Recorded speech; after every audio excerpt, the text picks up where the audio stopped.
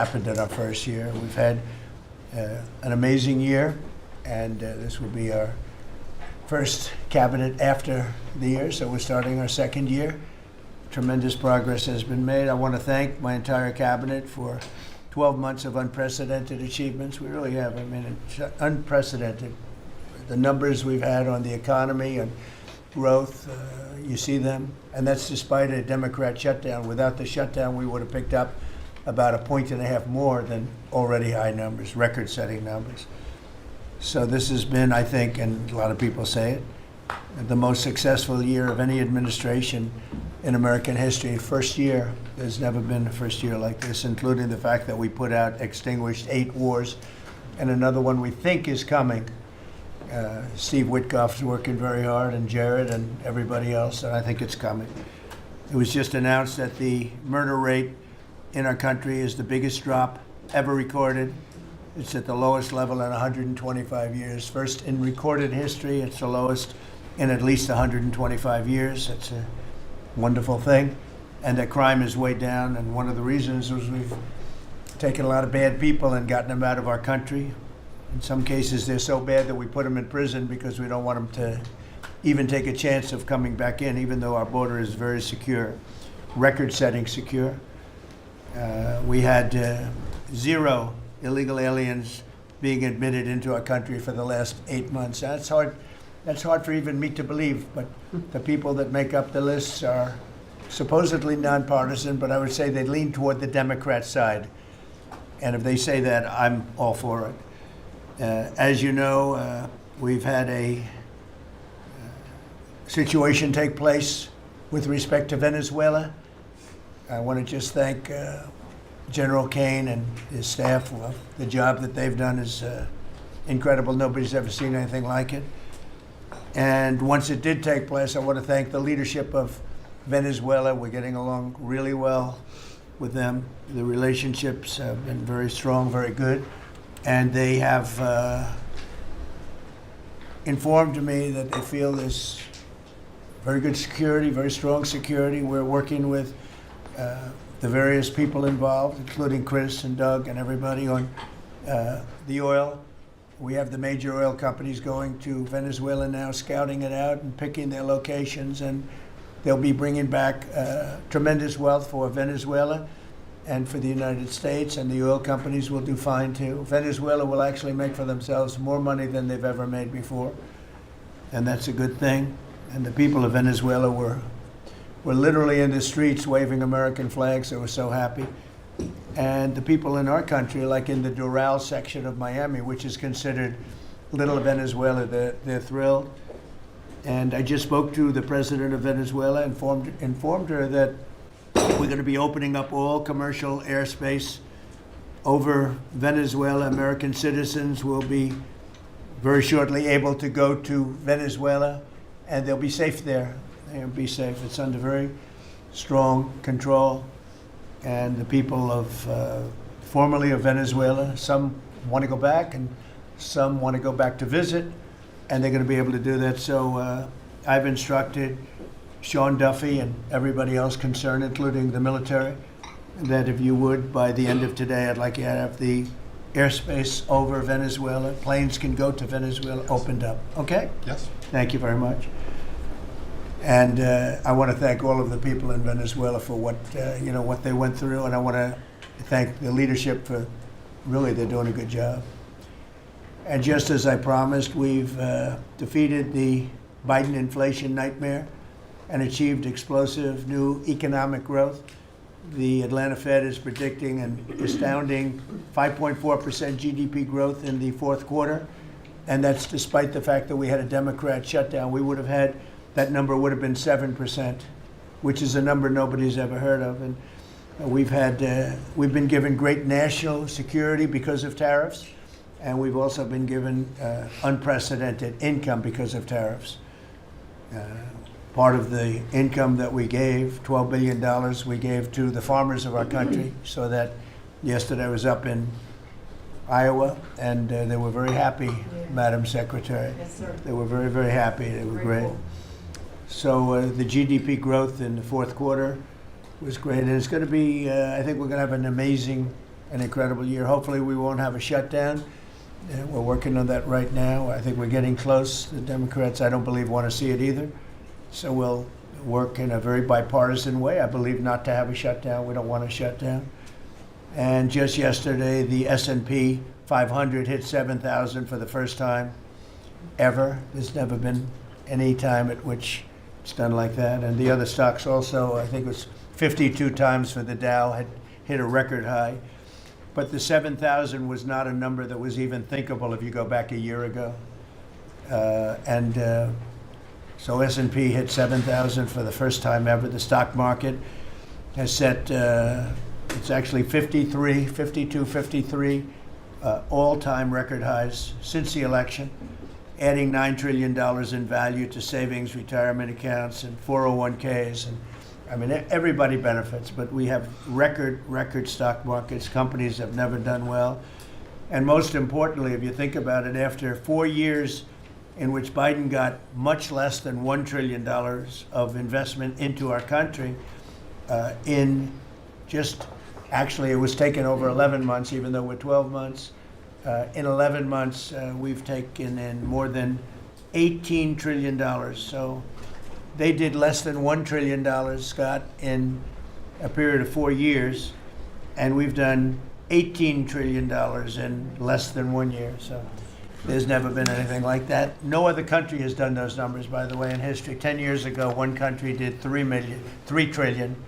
No other. We did $18 trillion. Is being invested now. Thousands of businesses, plants, equipment all over the country are being built right now. And they're going to be opening pretty soon. And when they open, you'll see numbers like nobody's ever seen before. The economy is doing amazingly well. I wish the press would report it, but people are finding out. They're seeing it. It's coming. It's becoming pretty evident. It's hard to hide. Biden inflation, which is really stagflation, cost the typical family $34,000. Think of that, $34,000. But after 1 year, growth in real incomes is outpacing inflation by more than $3,000 under Trump. So one cost $34,000 and one made $3,000. That's a big swing. Gasoline has plunged to, think of this, over $4 a gallon, depending on where you are. In California, it's $7, $8 a gallon. While I was in Iowa, and they had $1.85, because I had it at $1.99 a gallon. And I was corrected by two farmers that said, I just bought my gasoline for $1.85. So, Chris, you have to be doing something right, you and Doug, right? But I don't want to give you too much confidence. You got to keep it going. We're drilling, I think I can say we're drilling more than at any time ever in the history. We're taking out more energy out of our land, but specifically, if you look at oil and gas, we've never been anywhere even close. Is that a correct statement? That is correct. All-time records. Yeah, great. It's a great job. Well, it's supply and demand. So that's going down rapidly. And, you know, when energy goes down, everything else goes down. They tried to do their thing. It was a disaster. Then they ran back very late to the Trump policy, but they didn't do the Trump policy. They cut leases. They did everything that they could do, but they lost it. And they were very high, and we're now less than $2 in many areas, $2.30 a gallon average.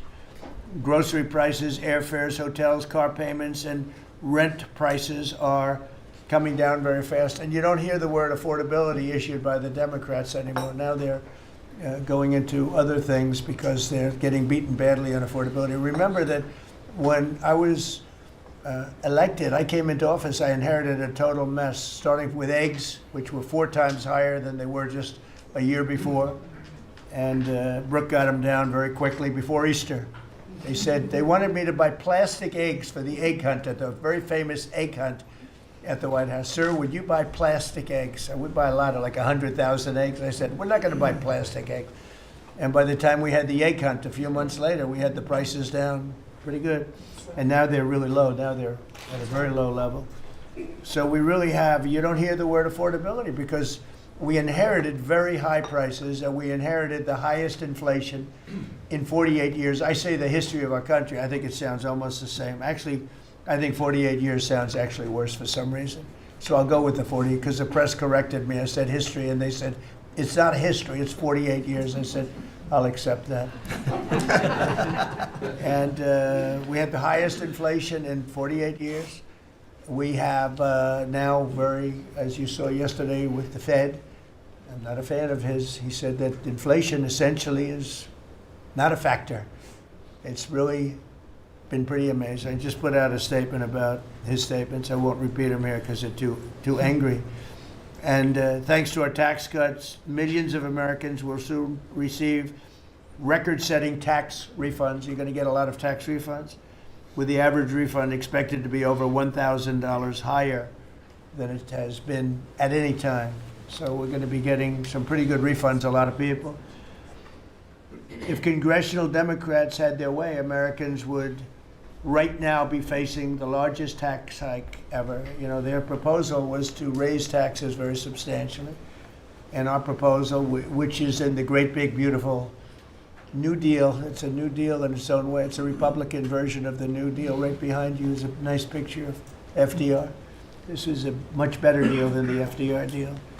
But we have the great big beautiful bill, and it's given tremendous tax cuts and a lot of other things. People are now finding out how good it is, and it's just kicked in as of January 1st, by the way. So we're really starting to see it.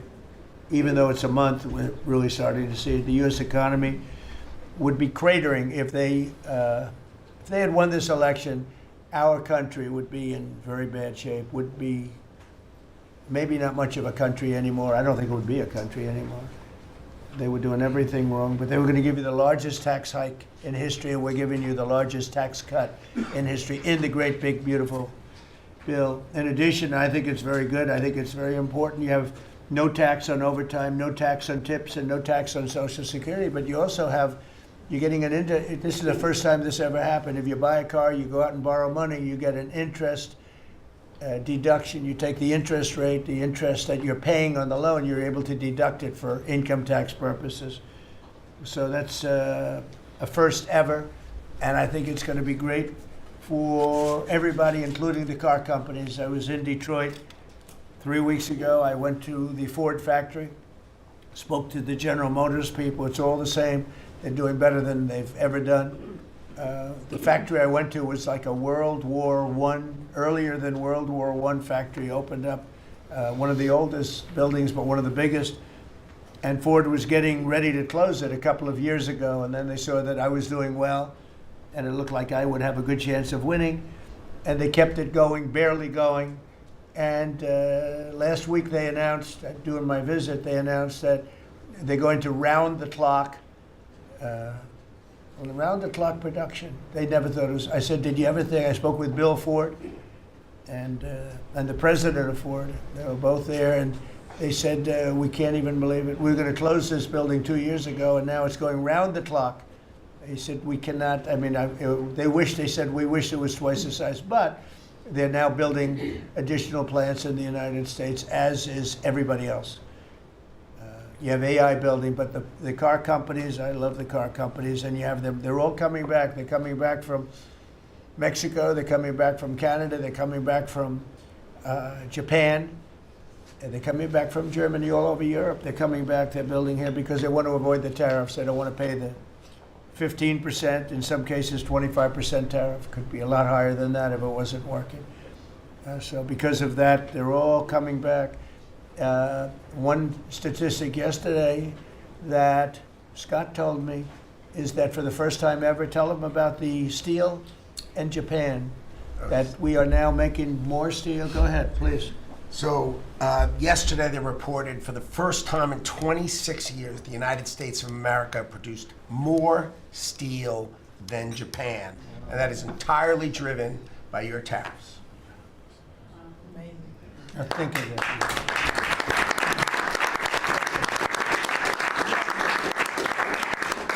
He obviously said that much better than I did, because I got no applause, and I'm giving you home run after home run. He says one thing and everybody else.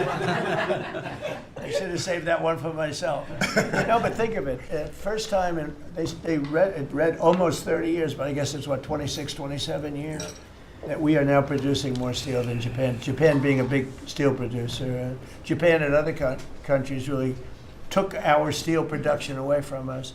Now, if you think of this, 3-4 years ago, the steel companies were all closing up. We worked a fantastic deal with U.S. Steel. We saved U.S. Steel. And now it's all coming about, but and that's just the beginning. There are a lot of steel plants right now being built. So that's an amazing number. Nobody would have believed that. If you would have said that 3, 4, 5 years ago, people would have said, yeah, it's not a true fact, but it has to be true, because otherwise you question me on everything.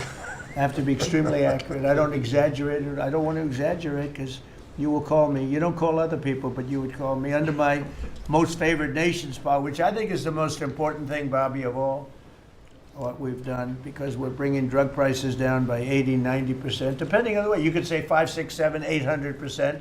Depends on the way you want to calculate it, right? But let's go the old-fashioned way. But drug prices for prescription drugs will be down 80, 90%, 75%, 68%. They've only gone up for years and years and years. They've only gone up, and now we're going to have essentially the most favored nation. We're going to have the most favored price in the whole world. Whatever the lowest price in the world is, that's what we're going to pay. And I don't want to go into a big deal, but nobody else could have gotten this but this administration. I'm being very nice when I say that. The cost of prescription drugs is coming down by a number that was never even thought of. This will have a huge impact on healthcare, by the way, because obviously drugs are a big part of healthcare, and it will help repair some of the Unaffordable Care Act's damage that they've done, because the Unaffordable Care Act, which is Obamacare, it's unaffordable.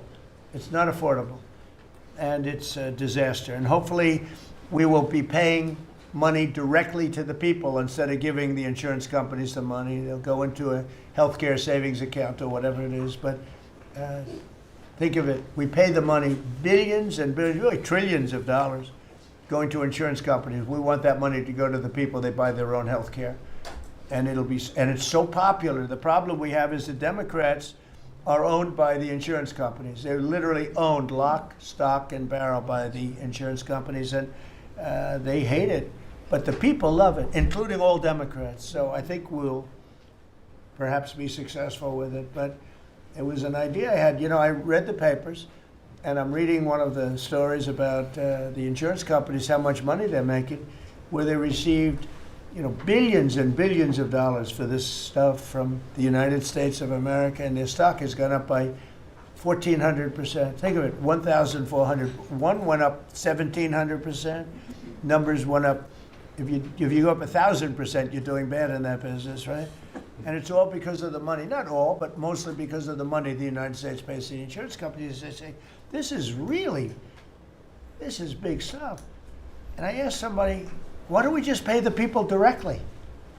And they said, that's a good idea. It's funny, it's a very complicated business, but actually it's not so complicated. And I went to Bobby and I went to Dr. Oz. I said, can I talk to you guys about this? Is this the kind of money the insurance companies get? Yes. Why don't we pay the people directly? And the primary answer was that the Democrats will never go along with it. But the people go along with it, because I put it out, it went viral. It went viral. Susie, I went all over the place. It became the biggest story. I just said it.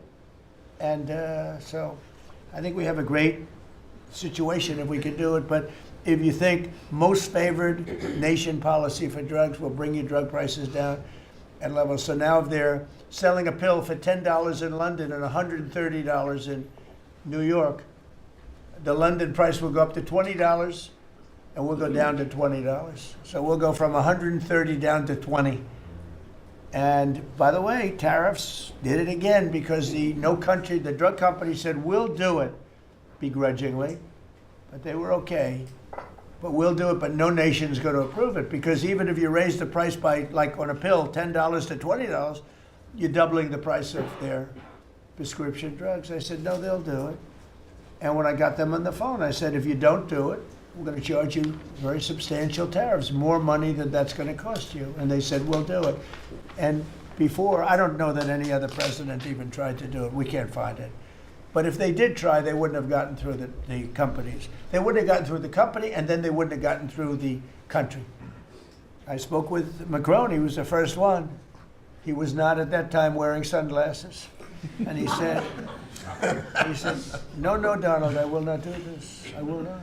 I won't even consider. You're asking me to double the price. I said, you have no choice. You have to do it because you guys have been ripping us off. In other words, the whole world, we've been subsidizing the whole world on drug costs. That's why they were $10 and we'd be at 130. As an example, there were many examples. I could give you examples even worse. He said, no, I will not do that. And I said, yes, you will. 100% you'll do it. He said, no, I won't do that, Donald. You're asking me to double the cost of our prescription. We will not do that. I said, look, you've been ripping us off now for decades. We're not going to do it anymore. You can do it under Biden and Obama and other people. You're not going to do it under us. We won't do it. I said, well, if you don't do it, I'm going to charge you a 25% tariff on all of your wine, champagne, and everything else you sell into the United States. He said, like I said, I will do it. And that was the end of the conversation, right? That was the end of the conversation. So now we have favored nations that everybody said would be impossible to get. And I then had the same conversation with 15 other countries. Every one of them agreed. After a short conference, they all said no. And then within a matter of seconds, they said, we would be very happy to do that. Thank you for asking in such a nice way.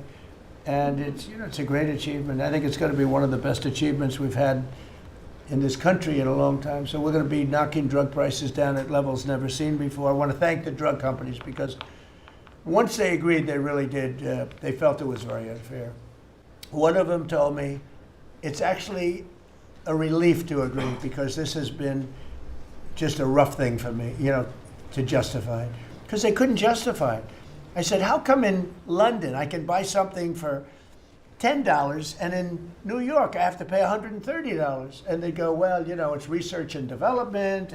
I said, yeah, but you have research and development from them. Made in the same factory, made in everything. This is where my friend, who's very successful, I told you, a seriously overweight person, he takes the fat pill or the fat shot.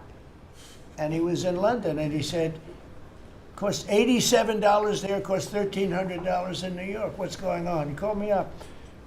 And I knew that, but he put it in a very blunt way. I've known him a long time. He's a crude individual, but smart as hell, made a lot of money. But he just thought it was sort of ridiculous. He happened to be in London and he got the shot, Ozempic, I think, or one of them. And I told him it wasn't working. For him, it didn't work. But he brought up a good point. It didn't work. I told him, he knows who I'm talking about. He's going crazy. He begs me not to mention his name. He's not talking about me, ladies. No, it's not our great vice president.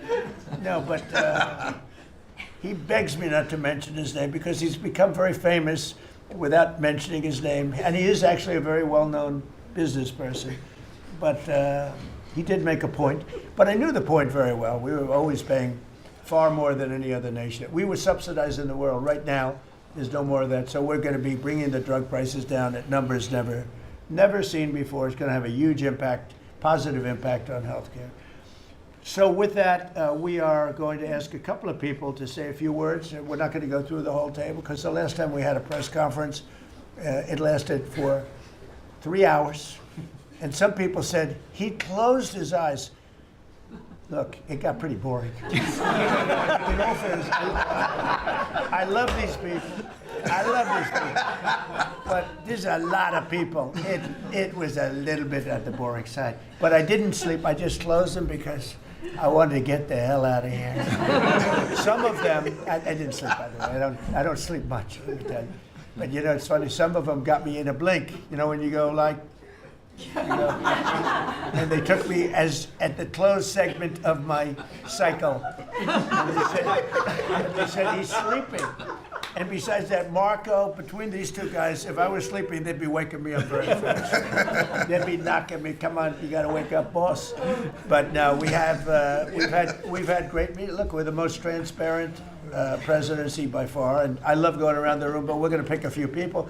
I think I would like to ask Steve if he could just give us a brief description of how well we're doing in the Middle East, because we have peace in the Middle East now. There's a couple of little minor flames that we put out very easily. And very importantly, we got our last hostage back, which is incredible. Unfortunately, this was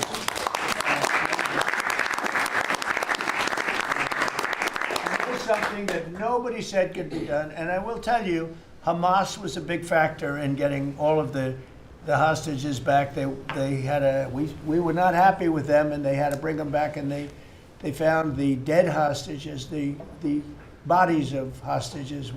And those parents wanted their sons back. I think in all cases, sons. But they wanted their sons and their family. They wanted their sons back as much as the people that had living hostages that we got them back to. So we got the 20, but remember, we got hundreds back previous to that.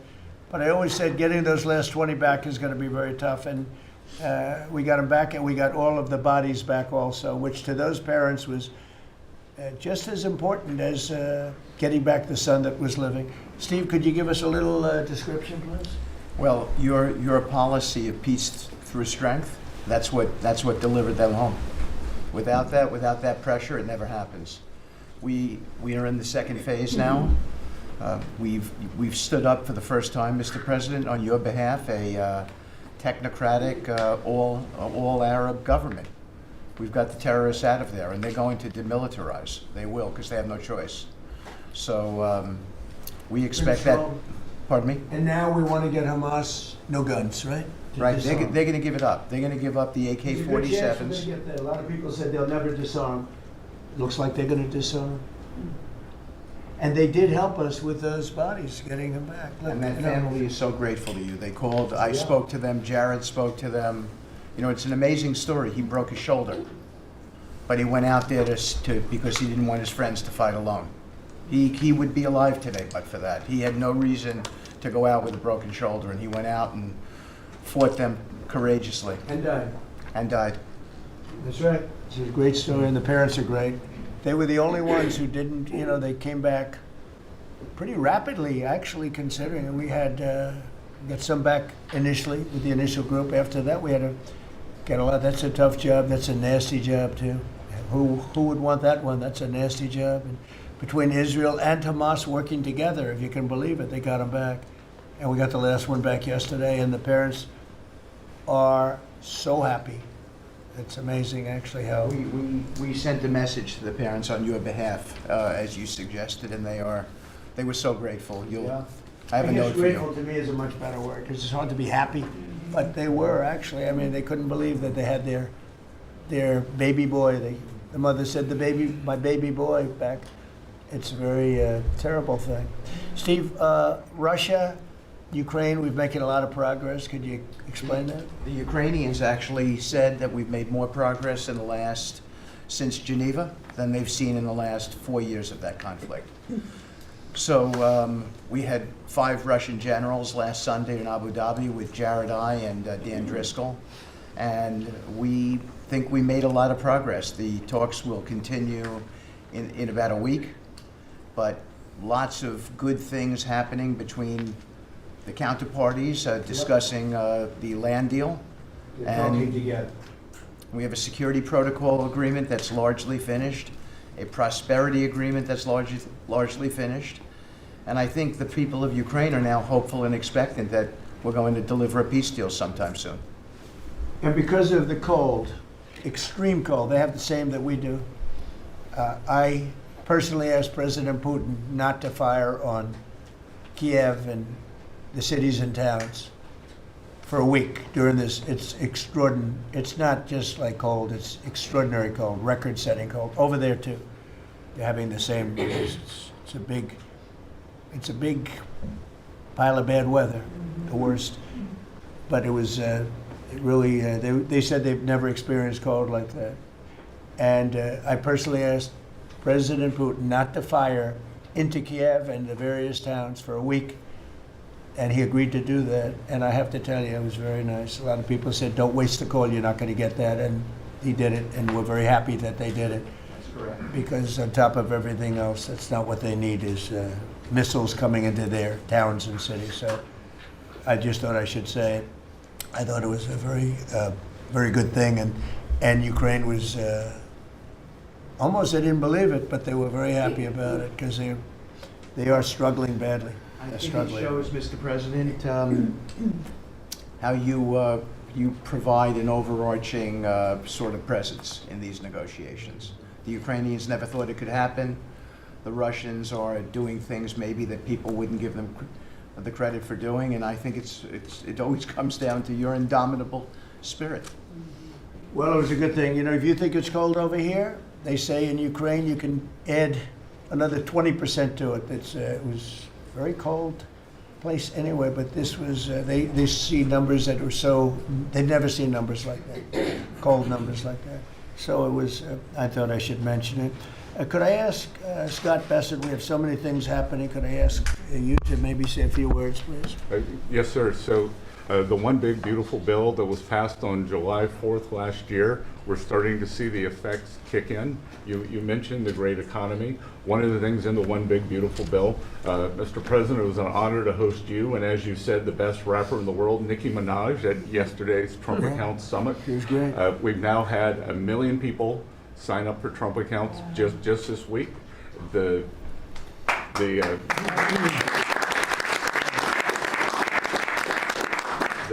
think there'll be 25 million families who are eligible. The segment that you and she did has 1 billion hits. 1 billion hits on the internet. So we're telling everyone, go fill out form 4547, trumpaccount.gov. So thanks to you, the Trump accounts, the next generation's America will benefit from today's record-breaking economy, record-breaking markets. Sir, when we came in, the Biden administration had destroyed the American people with the 3 I's: immigration, inflation, and interest rates. Immigration, check, you close the border. The inflation, as we've heard, back down to target. Prices are coming down. And interest rates, we hope there's more on the way. We've got gains in wages, low prices, and I think 2026 is going to be the year for the Trump boom. It's going to be a supply side boom. I enjoyed the trip out to Iowa. In the diner, the staff there was thanking you for the no tax on tips, and they're expecting big refunds. From that, we saw the CEO of John Deere, who said, thanks to your tariffs, new plants in Indiana and North Carolina. Two massive plants being built by John Deere. And he's the chairman and CEO, wonderful guy. And I said he was at the event we had in Iowa, which is appropriate, John Deere, Iowa. But I said to him, so what are you doing? He said, we just announced 2 massive plants. In fact, they're going to have 1 plant for excavators. And he said, there hasn't been an excavator built in this country in 50 years or something. He said, they're taking it out of Japan and they're moving it into the United States. 2 very big plants. And I said, so why are you doing it? He said, because of you and because of tariffs. I said, if we didn't have tariffs, would you be doing it? He said, absolutely not. So it's very important, and I hope we're going to be successful with the Supreme Court case, because we're waiting, and we're taking in hundreds of billions of dollars, and we don't want to give it back, number one. And number two, and you know, the people that are fighting us on that case, by the way, are China-centric. These are people that are for China, but they're also outside of the United States. These are countries that have ripped us off for years and years, charging us tariffs. And now we're doing an amazing job, and we're getting it back. We're getting it all back and then some. And they're the ones that are leading that lawsuit that we have in front of the United States Supreme Court. So it's a very important lawsuit for our country. And hopefully it's going to work out. We're waiting a long time, but hopefully it's going to work out. We've taken in hundreds of billions, even trillions of dollars, and certainly we've taken in trillions of dollars of, you know, a big part of that $18 trillion that's coming in is because of tariffs. They're coming in, they're building because they don't want to pay the tariff, and the tariffs are very, you know, steep. They could be much steeper. You probably saw I put out a truth today, and the tariffs could be much steeper. We've been actually very nice about it. But even being nice about it, we've taken in hundreds of billions of dollars, and honestly, they've given us tremendous national security. The power that we have because of that, they have given us tremendous strength and national security. Go ahead, Scott.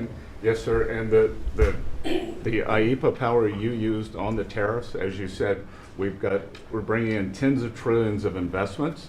The tens of trillions of investments turns into factories construction, Right. which turns into factory jobs, which turns into consumer spending. You've right-sized the government, so government employment is down, private sector is up. Growth was a stunning 4.7, 4.8% in the past 2 quarters, biggest back-to-back gains in a decade. And we are doing that with government finances improving. So that will bring down the borrowing costs, the calendar year budget for 2024, 7% deficit to GDP, highest when we weren't at war, not in a recession, all the way down to 5.4% and getting better. Biggest decline since 2014. Generational gains in productivity, soaring productivity. We're going to lift workers' pay, record high prices, record high profits, and stock prices are soaring. You got a manufacturing renaissance, and all the key inflation metrics are trending lower. Over the past 3 months, the consumer price index is just 2.1, and core prices are even lower at 1.6. And I think that could trend below 1, given energy, as you talked about, the pharmaceutical discounts, and rents. So we're expecting a great year in 2026, Mr. President. And we're going to be announcing next week, I think sometime, Scott and Howard and everybody, we're going to be announcing the head of the Fed, who that will be. And it'll be a person that will, I think, do a good job. We're paying far too much interest in the Fed. The Fed rate's too high, unacceptably high. We should have the lowest. And I think you read my statement today. I put out a statement before the meeting. But we should have the lowest interest rate anywhere in the world, because a lot of these countries are successful only because of us, because we allow them to have surpluses. And without surpluses, some of the countries that you most respect financially, that you say, oh, this one, that one, this one, that one, they're successful because we allow them to have surpluses. And we could easily stop that with the powers that we have, but we don't. We took some of it, but we took really just a small portion of it compared to what we could take if we wanted to. We should have the lowest interest rate anywhere in the world. They should be 2 points and even 3 points lower. And if it was, each point is the equivalent of, I would say, $500 billion. So if you got 2 points low, you have $1 trillion in saving, and it's almost, if you call it just a paper expense. You can do it with a pencil. It's not cutting. It's not saying we have to get rid of jobs, or it's just like literally so easy to do. But we have a guy that doesn't want to do it because he's, I think he's politically biased. I really do. I believe he's politically biased because most smart people say it's not even a question. But despite that, we were able to bust through. It's like busting through a wall. We were able to bust through a wall, and we have the kind of numbers that Scott and Howard with the steel and other things talk about. What would you say, Howard, in terms of how we're doing, generally speaking? Great businessman, very successful guy. He's doing a really good job. What would you say? Well, no one, before you walked in the door, no one thought our economy could grow 2%. Fourth quarter, with the shutdown, 5.5%. And that means the first quarter, you could see the United States of America, with its $30 trillion economy, grow in the 6% range. And no one thought that was possible. That's how you get jobs. That's how you get money down. That's how you fix the deficit. You are fixing everything with your policies. You have changed America and created the golden age. Thank you. And with the help of the Fed, because we really, we want help, not hindrance. Why would the Fed hinder? But with the help of the Fed, with the right choice, if we make the right choice, a lot of times you make a choice, you think it's good, and it turns out to be not good. But with the help of the Fed, we could hit numbers that have never been hit before. We could hit 8, 9, 10. There's no reason why not. And, I talk about, if you go back 20 years, 25 years, I'm old enough to remember, when we had good news, when you announced good news, the stock market went up. You announced anything good, the stock market went up. You announced bad, the stock market went up. And that's the way it should be. But now it's, over the last 15 or so years, if you announce good news, that means they're going to raise interest rates because they want to kill it. So you can never really be that successful because you announce all record numbers, great, because they're afraid of inflation. But growth doesn't have to have any impact on inflation. It can make inflation go down in many cases. So, and you've seen that with us. I mean, we're growing at a much faster rate than anybody thought was possible. We have very controllable inflation. With Biden, we were getting killed, and we had the worst inflation in 48 years in history, in the history of our country. And that's with going down. So growth is a great thing. It doesn't mean inflation. And I want to go back to a system where when we announce good news, they say, that's great, we can lower interest rates instead of raise interest rates. And by the way, if inflation comes, we'll take care of it when it comes. But you know, they're trying to guess it, and they're trying to get it 10 years before in advance. And you know, we want to make this country greater than ever before, and I think we're doing that. But we want to make it that when we announce great news, everything goes up. If we announce bad news, that happens too. We bring it down, and we control, and we do what we have to do. But we can have numbers in the upside like nobody's ever seen before. I want to ask Bobby to say a few words, if he would, about some of the incredible things that we've been doing in your department with Oz and everybody else. Mr. President, we're in the process of implementing your great healthcare bill, which is going to increase affordability, drive down costs, and increase the quality of healthcare for every American. You mentioned MFN, Most Favored Nation. We now have agreements with 16 of the 17 drug companies. And you asked us to do something. You know, Clinton had promised to do this, Biden had promised to do this, Obama, Bush had all promised to do it. None of them succeeded. It was regarded as impossible, and you made it 10 times harder. As you said, not only do I want MFN, but I want them to all reshore their production to this country. And they don't have any money to do it because we've taken it all from them. And I want to make sure we continue to lead the world in innovation. We succeeded in all of those goals, and the proof that we did that is after we signed those agreements, the stock prices for those companies went up $1.3 trillion. Amazing. And they are reshoring. Eli Lilly is building 6 new plants, including an API plant. So the next time that we have a pandemic in this country, we're not going to be stuck buying API from China, who cuts us off. We're going to be able to make it right here. Novo Nordisk is building 4 new plants, and we are going to be releasing Trump RX so that every American can get the lowest prices in the developed world. In some cases, they're going to be lower than the lowest prices in the developed world. And that's going to be happening sometime probably in the next 10 days. So we're doing rural health care. We sent out $10 billion last week. The states have that money. They're going to be giving it to rural hospitals sometimes in the next 2 weeks. And we're going to revolutionize rural health care in this country.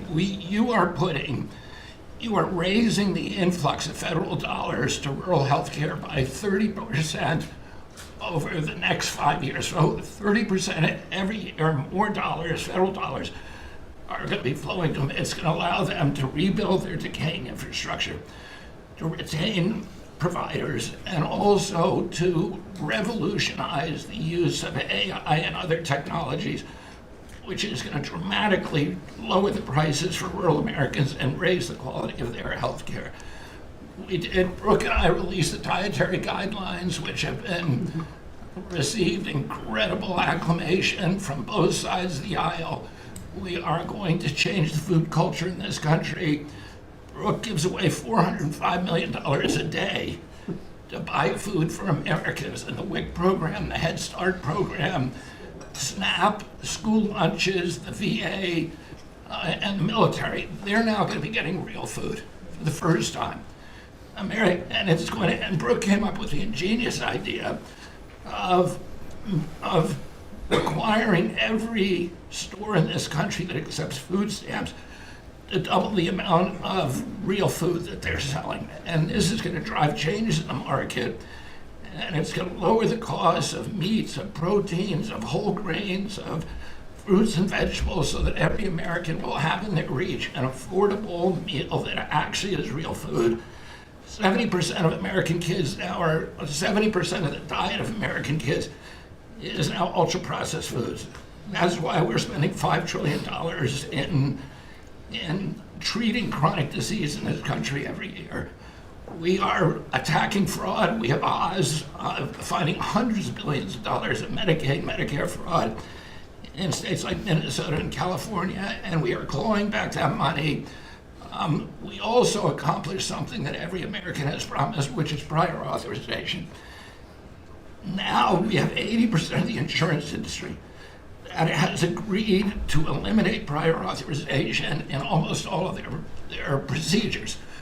So that this is going to dramatically change the experience of every American with the healthcare system. When you go to your doctor at your point of care, before you leave that office, you will know whether the insurance company is going to pay for the procedure or not. And that is going to, as I said, change the experience. We're also doing price transparency, which you asked during the first term. It never got implemented because the Biden administration never enforced it. We brought more enforcement actions against hospitals than in this 1 year, and the Biden administration bought in 4 years, and we're doing a crackdown so that every American, when you go to a restaurant, you look at the prices before you buy the meal. You ought to be able to do that when you go to a hospital, and by the time that we leave office, every American is going to have that guarantee. We're doing a lot of other stuff, but we were told to keep it short. You are. And the autism that's moving along really is trying to figure that out. We've commissioned now dozens of studies, maybe over 100, and we are going to get those done for you. Good. That's so important. Also, Eli Lilly, Merck, Pfizer, every drug company, they're spending trillions of dollars right now, as we speak, building plants in the United States because they want to be able to save a lot of money on tariffs. It'll be hundreds of percent, 100%, 200%, 300% in 2 or 3 years from now. So I said, you better have your plant built because in 2 years from now, before I leave office, it'll be a sad day. Very sad day for me. But before I leave, every one of these plants better be built because you're going to be paying 300% tariffs. And they're all building their little hearts out. I spoke with the head of Eli Lilly, who's a fantastic guy, a star, actually. He's a star, very smart. And he told me he's building 6 plants in the United States, big ones, in locations that I know very well, but all over the country. Merck is building, and Pfizer's building, and every one of them's building, and foreign companies are building. So it's an amazing thing that's happening, and you're doing a fantastic job. I read an article today where they think Bobby is going to be really great for the Republican Party in the midterms. So I have to be very careful that Bobby likes us. But we're letting you do your job, right? Thank you, Mr. President. Thank you. You're doing a great job. You and Oz and the whole group, they're doing a... I'll add this, and Marty McCary has done an incredible job at FDA. That's true. Last month, we approved more gene and cell therapies than any time in history. And we're making this a safe and productive and encouraging ecosystem for biotech so that China does not steal that industry from us. Fantastic. I'm going to ask Scott Turner to speak really quickly about housing because, in my opinion, I have very strong opinions on housing. That's what I did for a long time. I did good with it. But, you know, we got to get interest rates down even lower. They are now pretty low, but we got to get them lower. And I'm a big factor, to me, the biggest factor is interest rates for housing. Only in that, you know, you have a lot of people that have become wealthy in the last year because their house value has gone up. And, you know, when you get the housing, when you make it too easy and too cheap to buy houses, those values come down. I don't want those values to come down. We have millions of people that own houses, and for the first time in their life, they're wealthy because their house is worth $500,000 or $600,000 or more or less, but more money than it's ever been worth before.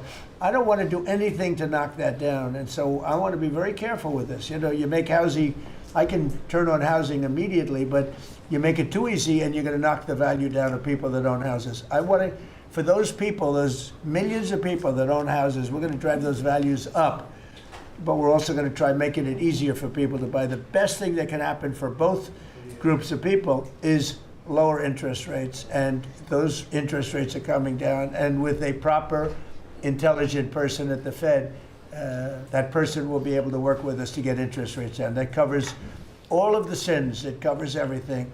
Lower interest rates, keeps the values up for the people that have housing and lets other people buy housing. And Scott, if you could just expand quickly on that. Yes, sir.